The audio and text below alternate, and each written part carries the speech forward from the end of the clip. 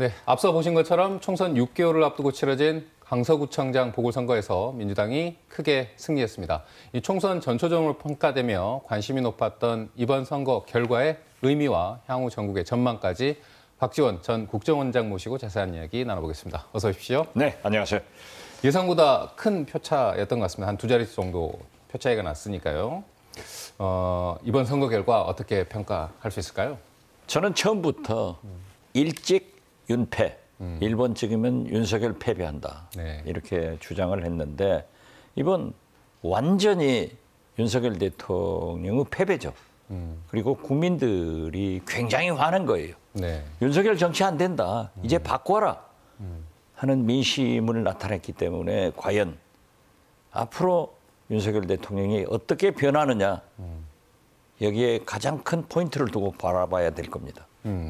어쨌든 특히 이 강서구를 좀 살펴보면 지난해 1년 전 지난해 지방선거에서는 사실 김태우 국민의힘 후보가 승리를 했던 곳입니다. 1년 만에 사실 이 분위기가 확 바뀌었다는 건데 이걸 보고 사실 여당의 어떤 수도권 위기론에 대한 어떤 것들이 현실화된 거 아니냐 이런 뭐 비판들이 나올 수 있을 것 같은데요. 거듭 말씀드리지만 윤석열 대통령은 집권 1년 반 만에 대한민국을 국가 재난 시대로 소위 반대하는 야당, 네. 비판하는 언론, 그리고 민주주의 양날개인 진보 세력을 공산 전체 세력이다, 반국가 세력이다 하고 인정을 하지 않은 거예요. 네. 그리고 남북관계도, 서민관계도, 서민 경제도, 외교도 파탄냈는데 자기 혼자 하는 거 아니에요. 윤석열 폭주, 독주 정권입니다. 그래서 이러한 것을 국민들이 매섭게 심판을 했다고 하면은 윤석열 대통령이 바꾸지 않으면은 내년 총선도 나라는 더 어려워진다. 저는 그렇게 봐요. 그런데 윤석열 대통령 안 바뀝니다. 네, 쉽게 바뀌지 않을 걸로 이제 그렇죠. 하시는 것 같습니다. 어쨌든 이번 참패로 국민의힘 지도부 타격은 뭐 불가피할 수밖에 없을 것 같고요. 반면에 민주당은 이재명 체제로 이 총선을 칠 준비에 속도를 낼 거다 이런 전망들이 나오는데 당내 분위기는 어떻습니까? 오늘 이재명 대표가 페이스북에 올린 거나 홍익표 네. 원내대표가 얘기한 것은 진짜 좋은 표현을 했어요. 민주당이 오만하지 않고 승리에 도취하지 않고 겸손하게 민생 문제를, 민주주의를, 외교를, 남북관계를 풀어가겠다. 이것은 높이 평가를 해야 되고 어떻게 됐든 정치는 김대중 대통령께서 말씀하신 대로 국민이 원하는 것을 해야 돼요. 그러면 이재명 대표가 시사인 가장 신뢰하는 대한민국 정치인 중에서 연속 3년 1등을 하고 있고 지금 진보 야당 측의 차기 대통령 후보로 74%를 지지받고 2등이 이낙연 전 대표가 7%예요. 네. 그렇다면 국민이 지지하는 이재명 대표 중심으로 총선을 치러야 된다.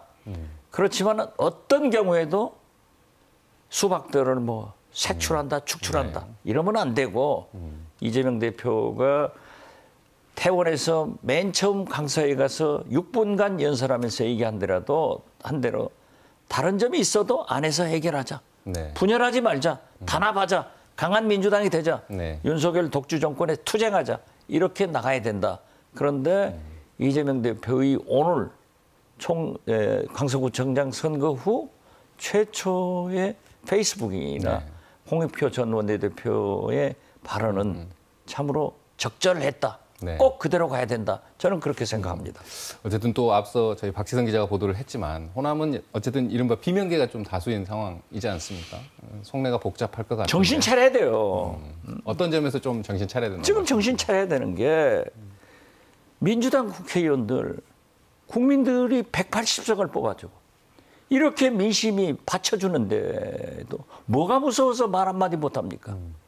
특히 우리 광주 전남북 호남 출신 의원들이 중앙정치에서 보이지를 않아요. 네. 그런다고 지역구 발전을 위해서 예산을 많이 가져왔냐? 그것도 아니에요. 네. 대가 못 굴리는 게 있어요? 그런데 비명이다, 친명이다, 이건 나쁘고 어떻게 됐든 다시 한번 분발하는 계기로 투쟁하는 그런 광주, 전남북 국회의원이 돼야 국민들로부터 신뢰받는다. 저는 그렇게 생각합니다. 어쨌든 삼지대론 이야기도 계속 나오고 있는 상황인데 이번 선거 결과가 어느 정도 영향을 미칠 수 있다고 보시나요? 제가 어제 그 디톡스라는 이 스펙스 유튜브에 이준석 전 대표하고 저하고 매주 화요일 7시 40분 고정 출연을 해요. 네. 거기에서 저는 이준석, 유승민 두 분이 내년 초에 중도 보수 신당을 창당할 것 같다. 하느냐 하고 단도직입적으로 물었더니 말씀은 빼지만은 이준석 대표의 표정이나 그 내용을 보면은 신당을 창당한다고 봅니다.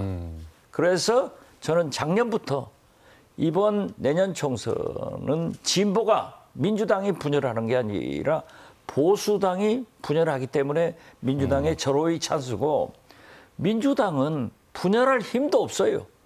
지금 뭐 금태섭, 양양자 이 두 분이 각각 신당을 창당한다고 하는데 저도 잘 되기를 바라지만은 그건 어려울 것 같아요. 그래서 저는 이준석, 유승민 보수 신당의 출연을 주시하고 있습니다. 짧게 어쨌든 마지막 김행 여가부 장관 후보자 사퇴했는데 이것도 어떻게 보면 이번 영향 있다고 봐야 되겠죠? 저는 처음에 윤석열 대통령의 그 고집, 불통 그걸로 해서 임명해버릴 것 같았어요. 네. 그래서 절대 하지 마라 이렇게 얘기를 했지만은 36개 김행랑 그 하늘을 보고 부끄러운 점이 없다는데 김행랑의 하늘이 어디 있어요? 네. 그래서 저는 잘 사퇴했다.